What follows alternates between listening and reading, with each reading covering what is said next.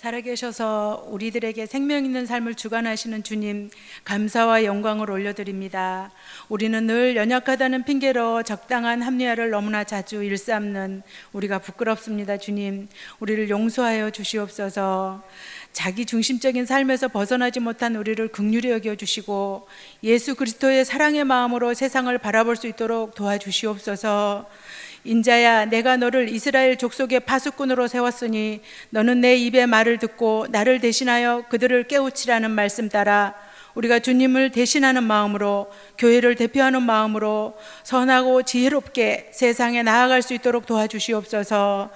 허락하신 삶의 현장에서 만나지는 사람들을 귀하게 여기며 끈기 있는 수고와 정성으로 교제하게 하시고 우리 마음에 선교사적, 전도자적 사명을 가지고 성실하게 감당하게 하여 주시옵소서.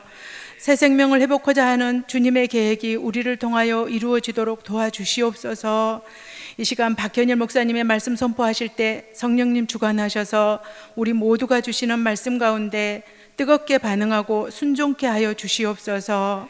선교위원회 각 부서장과 실행위원들의 성실한 순종에도 주님께 잘했다 칭찬받기를 간절히 원합니다. 늘 변함없이 우리에게 사랑으로 인도하시는 예수 그리스도의 이름으로 기도합니다. 아멘.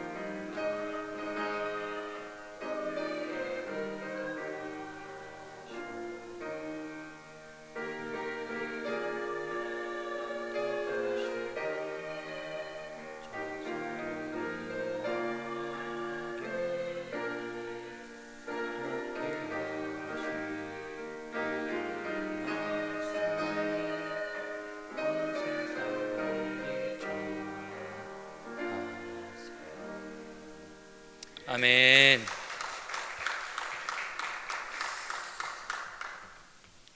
우리 말씀 함께 읽겠습니다. 창세기 12장 1절부터 3절까지의 말씀을 화면과 성경을 보시면서 한 목소리를 읽겠습니다. 창세기 12장 1절부터 3절까지의 말씀입니다.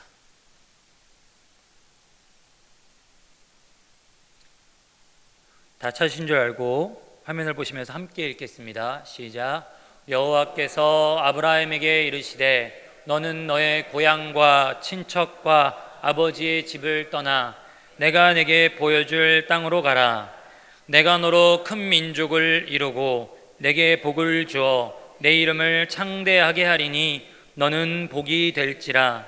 너를 축복하는 자에게는 내가 복을 내리고 너를 저주하는 자에게는 내가 저주하리니 땅의 모든 족속이 너로 말미암아 복을 얻을 것이라 하신지라. 아멘. 우리 죄송합니다만 우리 설교 제목을 한번 같이 읽었으면 좋겠습니다. 같이 읽겠습니다. 살아계신 하나님은 선교하시는 하나님이시다. 아멘. 여러분, 먼저 질문을 드리고 싶습니다. 여러분, 전도가 무엇이라고 생각하십니까? 선교는 뭘까요? 전도와 선교의 차이점은 뭔지 한번 생각해 보신 적 있으십니까? 예, 크게 대답하셔도 좋습니다. 네, 대답이 잘 안 나오시는 것 같아서요. 한 가지 질문 더 드리도록 하겠습니다. 우리는 보통 이렇게 생각을 많이 하시는 것 같아요. 한국 안에서 하면 전도, 그리고 해외로 나가게 되면 선교라고 생각을 하시는데, 그렇다면 바울은 전도자입니까? 선교사입니까? 예, 점점 애매해지시죠? 예. 1884년 한국 최초의 개신교회가 세워진 이후에 한국교회 역사가 어언 150년을 향해 가고 있습니다. 그리고 그 시간 동안 우리 한국교회는 선교를 받는 교회에서 이제는 미국 다음으로 가장 많이 선교사를 파송하는 선교하는 교회로 발돋움하게 되었습니다. 물론 최근 들어서 한국교회 성도수도 줄어들기도 하고 자연스럽게 해외 선교사 파송도 감소하면서 주춤하고는 있지만요, 그럼에도 불구하고 여전히 세계교회 가운데에서 한국교회의 선교적 영향력은 결코 작지 않습니다. 이건 정말 한국교회의 자랑이자 하나님이 주신 우리에게 주신 은혜와 축복으로 여겨집니다. 특히 한국교회의 선교운동은 한국기독교 100주년을 맞이하던 1980년대 후반부터요 2000년대 초반에 이르기까지 굉장히 폭발적으로 증가하게 됩니다. 이 당시에 가장 많은 선교사들이 파송되어져 나가게 됐고, 교회마다 이 단기 선교와 이 단기 선교 여행과 선교 훈련에 대한 붐들이 일어나던 시기였습니다. 하지만 80년대까지만 하더라도 기존 교회들에선 주로 교회 부흥과 성장에 초점을 둔 전도가 주로 이루어졌고요. 그리고 20대 대학생들을 주축으로 하는 선교단체, 학생 선교단체에서는 제자훈련과 해외 선교 운동이 주로 행해졌습니다. 그리고 이 둘 사이가 사실 그리 좋지는 않았었습니다. 교회들은 교회들대로 이런 얘기들 우리 성도님들도 하셨을 수 있습니다. 선교단체가 젊은 청년들 빼간다고, 교회에 대해서 부정적으로 만든다라고 그렇게 이야기하던 때가 있었습니다. 근데 선교단체들은 선교단체들대로요, 교회가 해야 될 일을 제대로 하지 않는다고, 자기 배만 채운다는 식으로 서로가 서로를 탐탁지 않게 여기는 분위기가 80년대까지도, 아니 사실은 그 이후까지도 굉장히 그 분위기가 팽배했었습니다. 그러다 보니까요, 자연스럽게 기존 제도권 교회에서 일어나는 전도운동과 선교단체에서 일어나는 해외 선교는 굉장히 양분화된 채로 이루어졌고, 우리가 같이 대답하셨던 것처럼 그 개념 또한 굉장히 이분법적으로 생각하게 되었습니다.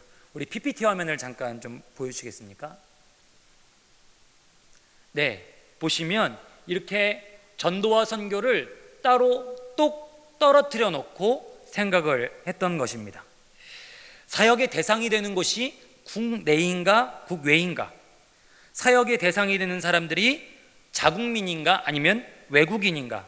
더 쉬운 말씀 드리자면 우리나라에서 우리나라 사람들에게 하는 것은 전도, 우리나라 바깥에서 외국 사람들에게 하는 건 선교라고 생각했던 것입니다. 그런데 이 1980년대 후반부터 한국교회와 이 선교단체 안에서 보다 더 건강한 고민들이 양쪽 다 진행되기 시작했습니다. 교회는 교회대로요 부흥도 하고 커졌는데 사람들을 훈련시켜서 제자요 증인으로 만드는 그런 역동성을 점점 잃어버리고 있었던 것을 교회가 발견하기 시작한 거죠. 동시에 선교단체는요, 한 사람의 보다 더 온전한 영적 성숙을 위해서 반드시 하나님이 허락하신 교회 공동체가 필요하다는 사실들을 그제서야 선교단체들도 깨닫기 시작한 겁니다. 그러면서 교회와 선교단체의 이 요즘 말로 하면 콜라보레이션, 협력하고 도움을 주면서 세계 복음화를 향해서 함께 같이 나아가게 된 것입니다. 그리고 그것이 한국교회의 선교운동에 불을 붙이는 계기가 되었던 것입니다. 또한 그 과정 속에서 한국교회는 이 전도와 선교를 지금처럼 구분하지 않는 이 보다 더 성경적이고 온전한 견해를 가지게 되었는데요, 다음 그림에서 보실 수 있습니다. 여러분, 전도의 개념이 뭐라고 써있는지 보이십니까? 함께 같이 읽어주시면 감사하겠습니다. 시작. 예수 그리스도를 모르거나 믿지 않는 사람에게 복음을 전파하여 예수 그리스도를 믿게 하는 일, 이것이 바로 전도의 개념인 것이죠. 그렇다면 선교의 개념은 제가 읽어드리겠습니다. 복음 전도를 위해 교회 공동체와 그리스도인들이 하는 모든 활동들, 전도하여 영혼 구원을 목적으로 하는 보다 더 포괄적인 의미를 갖고 있는 활동들을 다 선교라고 그들이 생각하기 시작했던 것입니다. 이거 옛날에 우리 한국교회들 생각하면 쉽게 이해하실 수 있습니다. 해외 선교사님들이 오셔서 병원 세워서 병자들 고쳐주고, 학교 세워서 학생들 가르쳐주고, 교회 가면 밥이 나오냐 떡이 나오냐 난 말이 무색할 정도로 밥 주면서 빵 주면서 굶주린 사람들 먹이면서 그들을 교회로 인도했던 이유가 무엇입니까? 선교의 가장 중심이요 핵심인 전도, 그 영혼 구원을 하기 위해서 이 모든 활동들을 벌였던 것이죠. 결국 선교의 핵심은 전도입니다. 우리 한 번 더 넘겨주시면 선교의 목적에 대해서 함께 읽겠습니다. 선교의 목적 같이 읽겠습니다. 시작. 전도를 통해 영혼 구원과 교회를 세우는 일. 결국 선교의 목적은 우리가 모르는 바가 아닙니다. 반드시 복음 전도를 통해서 영혼을 구원하고요, 구원받는 이들의 공동체인 교회를 세우는 일로 이어질 수밖에 없고 이어져야만 하는 것이 선교인 것이죠. 결국 그렇습니다. 그렇게 생각하자면 이 구분이 국내와 해외의 구분이 없어집니다. 여기 계신 분들은 전도하기 위해서 누군가 한 사람에게 접근하고 관계를 쌓고 식사도 대접하고 시간도 내어서 그 사람들 이야기도 들어주고 선물도 주고 하는 그 모든 과정들을 통해서 결국 어렵게 기회를 얻어서 복음을 전해본 경험들이 있으실 겁니다. 결국 그 전도에서 영혼을 구원하기 위해서 하는 그 모든 과정들을 이제는 보다 더 포괄적으로 선교라고 보여진다면, 정식적으로 교단에서 해외로 파송해서 또는 어떤 기관으로 파송해서 나가는 선교사라는 직업과 사명을 갖고 나가신 분들도 계시지만, 결국 이 의미를 우리에게 적용시켜 보자면 다름 아닙니다. 우리에게도 동일하게 이 자리에서 선교사적 사명이 우리에게 있는 것이죠. 전도자적 사명은 결국에는 선교사적 사명과 다른 말이 아닐 것입니다. 성령께서 이러한 과정을 통해서 우리 한국교회를 이끄신 목적이 무엇일까? 그것은 바로 이 선교의 목적이 하나님의 목적이기 때문인 줄 믿습니다. 우리는 하나님께서 이 믿는 자들에게 하나님의 목적을 어떻게 이루기를 원하시고 믿는 자들이 어떻게 살기를 원하시는지를 오직 성경 속에서 답을 찾을 수 있습니다. 그리고 이 성경은 이 66권의 각 개별적인 주제로 다 나뉘어진 하나님의 말씀입니다. 시편은 시편대로, 또 이사야는 이사야대로, 마태복음대로 다 주제도 다르고 있는 이야기들도 다르죠. 그러나 성경이 이 66권이 한 권이 돼서 이야기하고 있는 것은 사실은 한 가지입니다. 우리 PPT 다음 넘겨주시겠습니까? 성경은 무엇을 말하는가? 온 세상을 구원하시고 회복하시는 하나님의 이야기를 말하는 것이 바로 선교인 것입니다. 이 성경에서 말하고자 하는 66권에 관통하는 주제가 바로 온 세상을 구원하시고 회복하시는 하나님의 이야기인 것이죠. 여러분들 이렇게 책 읽어보시면 아시겠지만 책들은 보통 서론, 본론, 결론 이렇게 나누시기도 하고요. 이 발단, 전개, 절정, 결말 이렇게도 나누시기도 하고요. 어쨌든 책은 구분이 있습니다. 여러분, 그렇다면 이 66권으로 구성되어 있는 성경이 한 권이라면 이 성경에도 서론, 본론, 결론을 나눌 수 있지 않을까요? 여러분들이 생각하시기에 성경의 서론에 해당되는 부분이 어느 부분이라고 생각하고 계십니까? 어떤 부분이 성경의 서론일까요? 네, 여기까지는 잘 들리지가 않아서요. 대충 창세기라고 말씀하신 줄 알겠습니다. 보통은 그렇죠. 가장 먼저 나오는 창세기의 이야기가 성경의 서론이 되겠죠. 근데 더 구체적으로 나누자면 한 번 더 좀 넘겨주십시오. 성경의 서론에 해당되는 부분을 많은 성경학자, 선교학자들은 창세기 1장에서 11장으로 나눕니다. 그리고 창세기 1장부터 11장 서론에 대표되는 하나님의 명령의 말씀을 우리 창세기 1장 28절에 나와 있습니다. 창세기 1장 28절 우리 한 목소리로 같이 읽겠습니다. 시작. 하나님이 그들에게 복을 주시며 하나님이 그들에게 이르시되 생육하고 번성하여 땅에 충만하라. 땅을 정복하라. 바다의 물고기와 하늘의 새와 땅에 움직이는 모든 생물을 다스리라 하시니라. 아멘. 이런 놀라운 축복을 주셨음에도 불구하고 사람은, 아담과 하와는 어떻게 됩니까? 실패합니다. 그들은 하나님처럼 눈이 밝아지기 위해서 선악을 알게 하는 나무를 먹는 반역으로 실패합니다.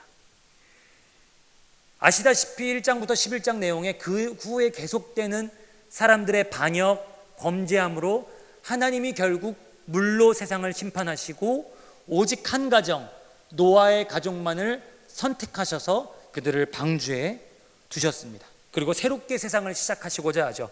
하지만 여전히 완악한 사람들은 또 실패합니다. 하나님의 자리에 닿기 위해서, 하나님처럼 되기 위해서 이 사람들이 무엇을 쌓기 시작합니까? 바벨탑을 쌓기 시작하면서 실패합니다.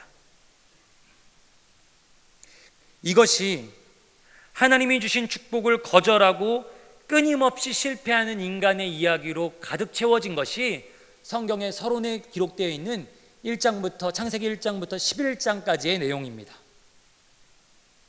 그리고 하나님은 그들의 실패 끝에 단 하나의 사람, 단 하나의 가정을 다시 한번 부르시는 것으로 성경의 본론, 창세기 12장부터 시작하게 됩니다. 그것이 오늘 본문 말씀입니다. 오늘 본문 말씀 한 번 더 띄워주시기 바랍니다. 같이 읽겠습니다. 시작. 여호와께서 아브라함에게 이르시되 너는 너의 고향과 친척과 아버지의 집을 떠나 내가 내게 보여줄 땅으로 가라. 내가 너로 큰 민족을 이루고 내게 복을 주어 내 이름을 창대하게 하리니 너는 복이 될지라. 너를 축복하는 자에게는 내가 복을 내리고 너를 저주하는 자에게는 내가 저주하리니 땅의 모든 족속이 너로 말미암아 복을 얻을 것이라 하신지라. 아멘.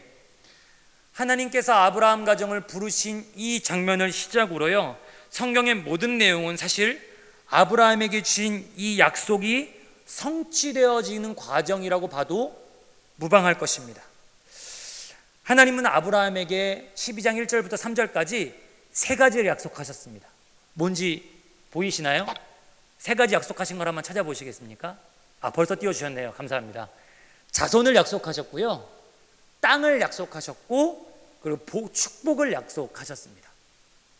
그래서 이 본론에 해당되는 창세기 12장부터 성경은 아브라함에게 주신 약속과 그 약속이 어떻게 성취되어 있는지를 쭉 기록해주고 있죠. 먼저는 자손입니다. 하나님은 아브라함에게 자손을 약속하셨고, 그럼에도 불구하고 그의 본처 사라에게서 난 아들 이삭이 유일한 그의 후손이었습니다. 물론 이스마엘도 있고 여러 다른 아들도 있었지만요, 하나님께서 주신 이 자손의 약속은 오직 한 사람 이삭에게만 허락되었습니다. 그리고 그 후에 몇 대를 거치고 나서도 하나님께서 아브라함에게 호언장담하셨던 하늘의 별과 같이 바다의 모래와 같이 많은 자손은 사실은 찾아보기 힘들었었습니다. 그래서 창세기 46장 27절에 뭐라고 기록되어 있냐면요, 야곱 때에 이집트에 내려간 그의 가족들이 70명이었다라고, 아시다시피 70명이었다라고 기록하고 있습니다. 하나님께서 주신 수많은 자손, 하늘의 별과 같이 바다의 모래와 같이 많은 자손이 70명이라는 것은 조금 성취가 되지 않은 것처럼 보이죠. 그런데 시간이 지나고요, 출애굽기 1장 7절은 그 70명의 가족들이 어떻게 됐는지 이렇게 보여주고 있습니다. 출애굽기 1장 7절 함께 읽겠습니다. 이스라엘 자손은 생육하고 불어나 번성하고 매우 강하여 온 땅에 가득하게 되었더라. 아멘. 이 출애굽하기 전에 이미 이집트 땅에 바로 왕이 두려워할 정도로 그 자손이 넘쳐나도록 사람들이 많아졌다라는 것이죠. 이후 몇백 년 후에 솔로몬 왕 때에 이르러 이런 기록이 나와 있습니다. 제가 읽어드리겠습니다. 유다와 이스라엘의 인구가 바닷가에 모래같이 많게 되매 먹고 마시며 즐거워하였으며, 하나님의 그 약속이, 아브라함에게 주신 그 약속이 당장은 한 명인 것 같았고 몇 대를 지나도 70명인 것처럼 보여졌는데, 시간의 시간을 지나고 역사의 역사를 반복하다 보니까 그 수가 많아져서 그 약속 그대로 바닷가의 모래처럼 되었다라는 것입니다. 이처럼 하나님께서는 신실하시고 정확하게 아브라함에게 주신 하늘의 별과 같이 바다의 모래와 같이 많은 자손을 주시려는 약속을 이루고 계셨던 것이죠. 여러분, 사실은 이것은 당연하지 않을까, 시간이 지나면서 가정을 이루고 자손들을 낳으면 이거 당연하지 않을까라고 생각할 수 있겠지만요, 여러분들이 구약 성경 읽어보셔서 알겠지만 우리나라만큼이나, 아니 우리나라보다도 더 많은 외침을 당하고 나라를 뺏기고 포로로 끌려갔던 게 이스라엘의 역사였습니다. 그럼에도 불구하고 그 과정 속에서도 하나님은 그들을 지키셨으며 견고케 하셨던 것입니다. 그들에게 땅을 주리라는 약속도 여러분 결국에는 이루어집니다. 출애굽하고 정처 없이 떠돌던 나그네와 같았던 이스라엘에게 약속의 땅을 주셨다는 기록이 여호수아서에 기록되어 있습니다. 그리고 다윗과 솔로몬 때에 이르러 아브라함에게 이미 약속하셨던 땅의 지경까지 이르도록 그들의 나라를 견고케 하시고 넓히셨습니다. 열왕기상 4장 21절의 말씀을 제가 읽어드리겠습니다. 솔로몬이 그 강에서부터 블레셋 사람의 땅에 이르기까지와 애굽 지경에 미치기까지의 모든 나라를 다스림으로 솔로몬이 사는 동안에 그 나라들이 조공을 바쳐 섬겼더라. 아멘. 그 이후에도 하나님께 범죄해서 바벨론에게 포로로 끌려갔다 돌아온 후에도 여전히 그들에게 약속의 땅을 주십니다. 그 이유는 다름 아닙니다. 아브라함과 이삭과 야곱에게 하신 하나님의 언약, 창세기 12장 1절부터 3절까지 주신 그 언약을 신실하게 지켜내기 위해서 하나님은 그들을 때로는 그들의 반역으로 물리치셨다가도 때로는 다시 돌아오게 하고 다시 그 땅으로 인도하시고 다시 그 땅을 차지해서 그곳에서 예배하고 하나님을 신앙하게 만드셨던 것입니다. 마지막으로 하나님께서는 이스라엘 백성들에게 축복을 주셔서 모든 민족에게, 저는 이 옛날 표현 성경이 더 좋거든요, 복의 근원, 축복 그 자체가 되겠다는 약속도 잊지 않고 지키셨습니다. 근데요, 하나님은 분명하게 그 축복의 기준을 정해 두셨습니다.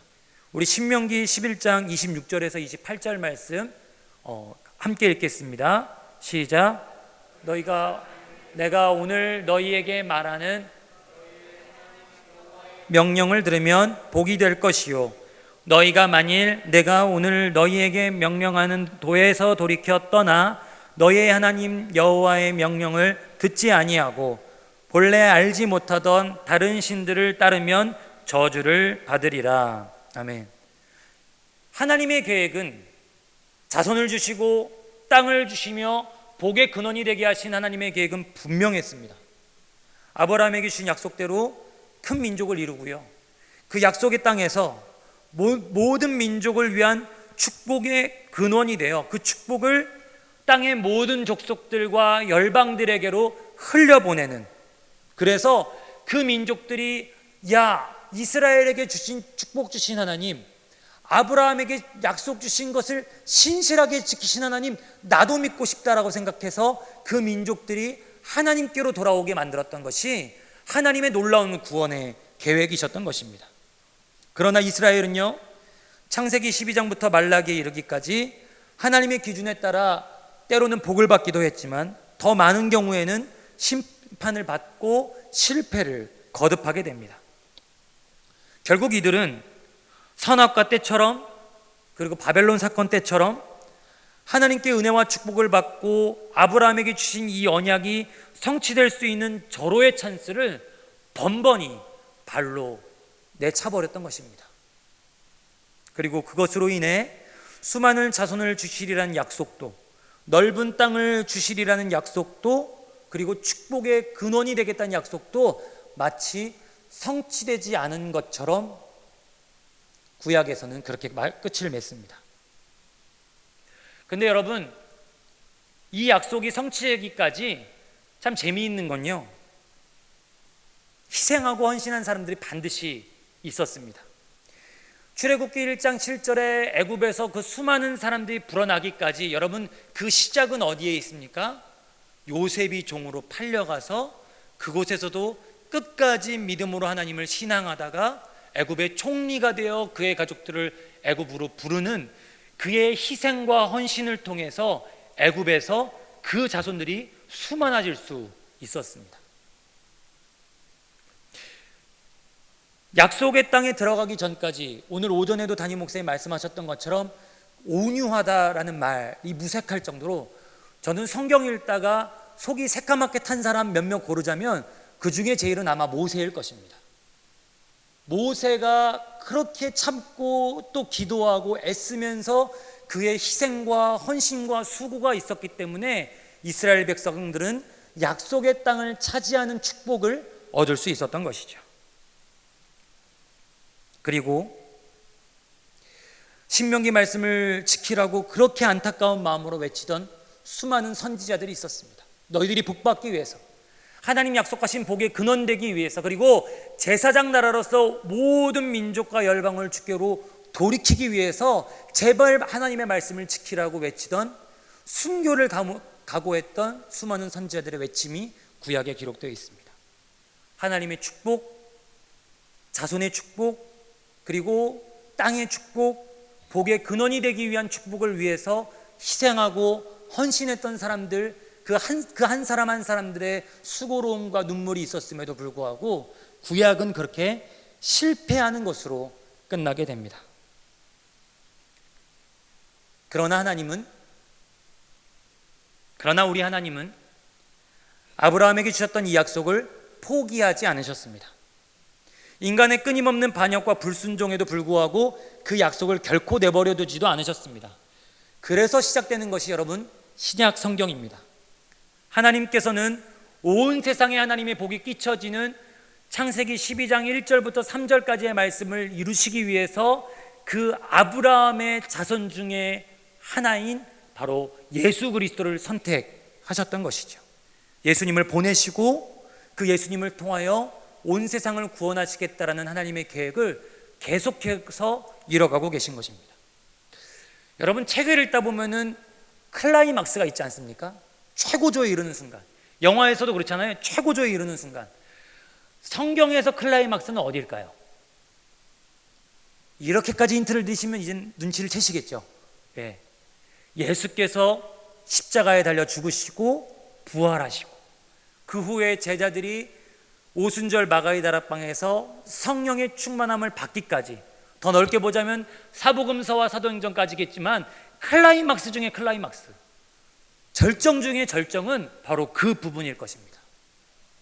그리고 그 부분에서 예수께서 가장 중요한 순간에 하셨던 말씀들은 굉장히 맥락이 비슷합니다. 우리 다음 장면 좀 보여주시겠습니까? 우리 한 말씀 같이 읽겠습니다. 시작. 너희는 가서 모든 민족을 제자로 삼아 아버지와 아들과 성령의 이름으로 세례를 주고 내가 너희에게 분부한 모든 것을 가르쳐 지키게 하라. 너희는 온 천하에 다니며 만민에게 복음을 전파하라. 오직 성령이 너희에게 임하시면 너희가 권능을 받고 예루살렘과 온 유대와 사마리아와 땅끝까지 이르러 내 증인이 되리라 하시니라. 아멘. 하지만 여러분, 이 말씀에 우리는 아멘 하고요, 이 말씀에 순종도 하지만 처음 제자들이 이 말씀을 들었을 때 이들은 이 말씀의 의미가 사실은 무엇인지 몰랐을 것 같습니다. 그러나 성령이 임하시고 그들이 증인이 되고 나서야 비로소 교회가 세워지고 믿는 자들의 수가 더해지면서 비로소 이 말씀에 순종하고 나서야 비로소 이 말씀들이 궁극적으로 무슨 의미였는지를 깨닫기 시작하는데, 특별히 바울이 이 말씀을 깨닫기 시작합니다. 우리 다음 화면 좀 보여주십시오. 그래서 이 하나님의 약속이, 아브라함에게 주신 약속이 신약에서도 그대로 성취되는 것을 바울은 깊이 묵상하면서 깨닫게 됩니다. 우리 갈라디아서 3장 7절을 제가 읽어드리겠습니다. 그런즉 믿음으로 말미암은 자들은 아브라함의 자손인 줄 알지어다. 아멘. 처음에 사람들은요, 세례 요한이 그리고 예수님이 주여 주여 하는 자마다 천국 들어갈 게 아니다, 이 돌들로도 아브라함의 자손이라 할 것이다, 이런 말씀들을 충격적으로 받아들이면서 이해하지 못했어요. 그러나 유대인과 이방인 할 것 없이 복음을 전하다 보니까 바울이 그렇게 이방 지역에도 교회를 세우고 하나님 믿는 자들의 수가 늘어나기 시작하다 보니까 그제서야 비로소 예수님께서 하신 말씀이 무엇인지를 알게 됩니다. 아브라함의 자손으로서 혈통적인 유대인이 아니라 아브라함의 자손으로서 예수 그리스도를 믿는 모든 이들이 바로 아브라함의 자손이 되는구나.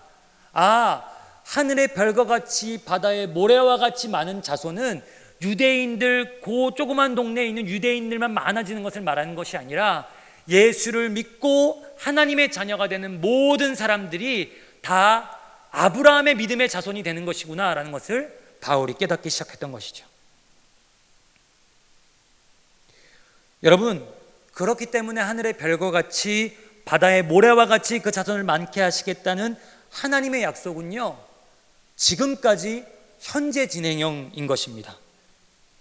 그렇다면 땅을 주시려는 축복은 어떻게 연결될까요? 우리 다음 말씀 함께 띄워주십시오. 제가 읽겠습니다. 아브라함이나 그 후손에게 세상의 상속자가 되리라고 하신 언약은 율법으로 말미암은 것이 아니요 오직 믿음의 의로 말미암은 것이니라. 아멘. 유대인들은 여전히요, 예루살렘 땅과 그 주변 팔레스타인 지역만 하나님이 약속하신 땅이라고 철석같이 믿고 삽니다. 그러나 복음을 전하면 전할수록, 그래서 각 지역에 교회가 세워지면 세워질수록 그들은 온 세상이 하나님의 것이구나, 믿는 자들에게 이 세상이 다 상속되었구나, 하나님의 자녀로서 우리가 이 땅을 받았고 이 땅을 하나님의 땅으로 바꿔나가야 되겠구나 하는 것을 깊이 깨닫게 됐던 것이죠. 그래서 다시 한번 사도행전 1장 8절로 그들의 묵상이, 그들의 생각이 소급되는 것입니다. 예루살렘과 온 유대와 사마리아를 넘어서 땅끝까지 복음을 전하여 하나님의 나라로 만들어가는 일, 그리고 궁극적으로는 이 땅이 우리의 소망이 아니요 영원한 하나님 나라를 안식하고 소망할 것을 바라보는 그 축복이 우리에게 주어졌다는 사실들을 그들은 깨닫게 됐던 것이죠. 그래서 그 유명한 존 웨슬리는 온 세계가 나의 교구다 라고 외치면서 영국 전역과 그 외의 여러 지역까지 돌아다니면서 복음 전한 일을 멈추지 않았던 것입니다. 웨슬리의 깨달음은 사도들의 깨달음이었고, 사도들의 깨달음은 바로 창세기 12장 아브라함에게 주신 약속의 성취를 위해서 그들이 복음을 전하고 또 전해야 된다는 것을 깊이 알게 되었던 것입니다. 그러나 가장 중요한 것은 뭐니 해도 축복입니다. 그 부분에 대해서 바울은 계속해서 자세히 알려주고 있습니다. 우리 다음 말씀 좀 띄워주시겠습니다. 같이 읽겠습니다. 시작.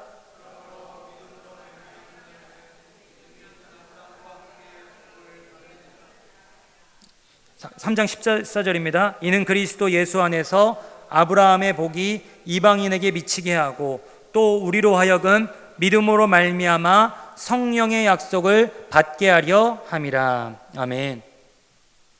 하나님이 약속하신 최고의 축복을 사도 바울은 깊이 깨닫게 됩니다. 잠깐 있다 죽으면 가져가지 못하는 물질이 아니었습니다. 금방 있다가 쉬 꺼져가는 사람의 영광이 사람의 명예가 아니었습니다. 아브라함을 통해 그리고 예수 그리스도를 통해 또한 복음 전하는 이들을 통해 궁극적으로 모든 민족이 받을 수 있는 하나님의 최고의 축복은 바로 무엇이냐? 구원받는 축복이요 성령 받는 축복이라는 것을 아브라함은 깨닫게 됐던 것이죠. 여러분, 아까 전에 구약에서 보셨듯이 자손이 많아지기까지 요셉의 희생이 있었고요, 땅을 차지하기까지 모세의 헌신이 있었고요, 그 축복의 근원이 되라라는 수많은 선지자들의 외침과 부르짖음, 순교를 각오한 희생과 헌신으로 그들이 복의 근원이 되도록 애쓰고 몸부림친 일들이 있었습니다. 그리고 이것은 동일하게 똑같습니다. 자손이 되고 땅을 받고 축복을 받는 그 모든 것들이 무엇으로 말미암아로 되어 있느냐면 바로 믿음으로 말미암아로 되어 있습니다. 그리고 그 믿음은 바로 무엇이냐? 예수 그리스도의 전적이고 완전한 희생, 십자가에서 죽으심과 부활하심을 믿는 그 믿음으로 말미암아 우리가 받게 된다는 것이죠. 예수의 희생이 있었기 때문에 우리가 축복받을 수 있습니다. 예수 그리스도의 십자가의 죽으심이 있었기 때문에 우리가 자손될 수 있는 것입니다. 예수 그리스도의 부활하심이 있었기 때문에 우리가 믿음으로 말미암아 이 세상이 바로 하나님의 땅이라고 외치며 전하고 선교하며 살아갈 수 있는 것이죠. 그리고 예수 그리스도의 죽으심과 부활하심의 그 헌신을 따라가는 사도들, 또 다른 전도자들의 희생과 헌신을 통해 우리가 지금 그 하나님의 가장 큰 축복을 받고 있는 줄 믿습니다. 여러분, 구원받은 축복이, 성령 받은 축복이 최고의 축복이라고 믿어지십니까? 그렇게 여겨지십니까? 그 축복을 우리가 어떻게 받았을까요? 하늘문이 열리고 예수 믿으라는 우레와 같은 강력한 음성 때문에 교회 오신 분 있으십니까? 갑자기 길 가다가 천사가 나타나서 표지판을 가리켜 주면서 교회로 들어가라고 하신 분 있으십니까? 이 축복을 받은 누군가를 통해서 이 축복을 누리고 모든 이들에게 복의 근원이요 복의 통로 되려고 전도와 선교의 삶을 살던 누군가의 고백과 증언을 통해서 우리도 이 축복을 누릴 수 있는 것입니다.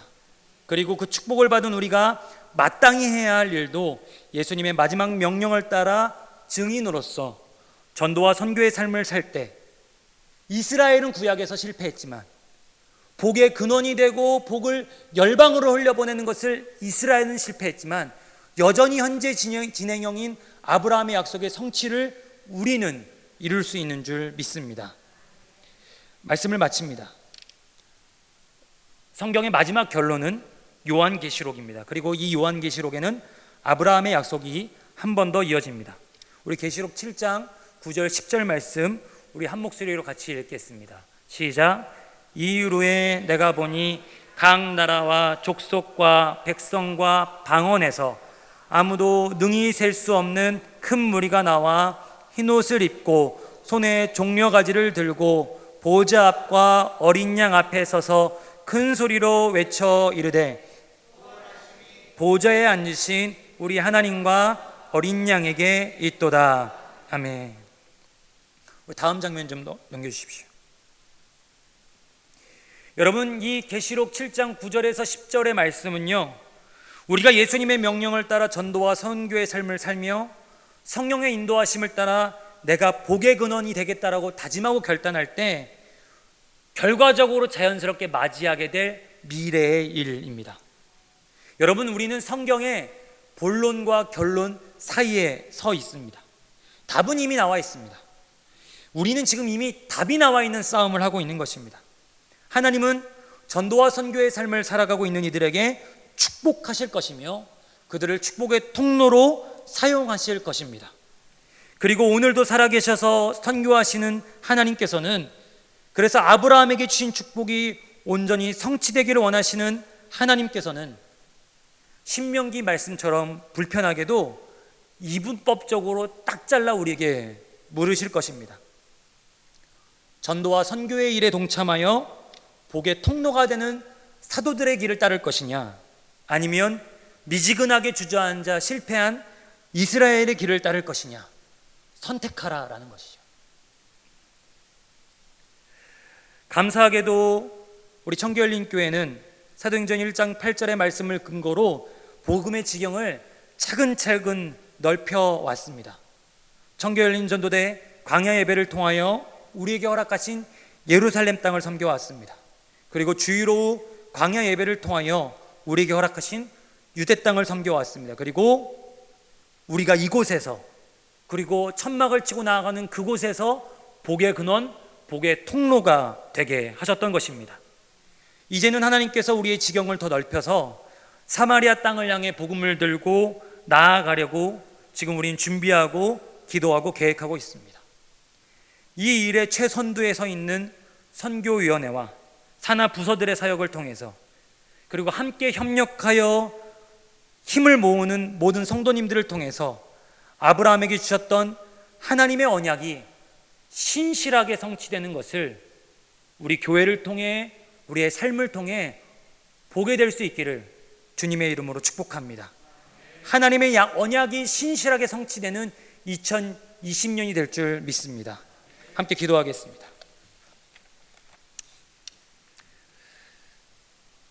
하나님 감사합니다. 아브라함에게 주셨던 약속이 그저 아브라함만 잘 살라는 복이 아니라 수천 년이 지나 그 멀고 먼 땅 이곳에서도 그 은혜와 축복을 누군가의 입술과 고백을 통해, 누군가의 희생과 헌신과 섬김을 통해 우리가 누릴 수 있음에 하나님 감사합니다. 그러나 그 복을 깔고 앉아 주저앉아 미지근하게 실패했던 이스라엘의 길을 따르지 않고 하나님 성령의 충만함을 받아 전도와 선교의 삶을 살며 증인으로서 하나님 복음을 들고 땅끝까지 나아갔던 사도들의 길을 따라 우리도 복음의 지경이 넓어지기를 원하고 하나님 전도와 선교의 삶을 살기를 원하오니 우리로 2020년에도 성령께서 우리의 발걸음을 인도하여 주시옵소서. 최선도에 서 있는 우리 선교위원회를 축복하여 주시고 은혜를 베풀어 주시옵소서. 예수 그리스도의 이름으로 기도합니다.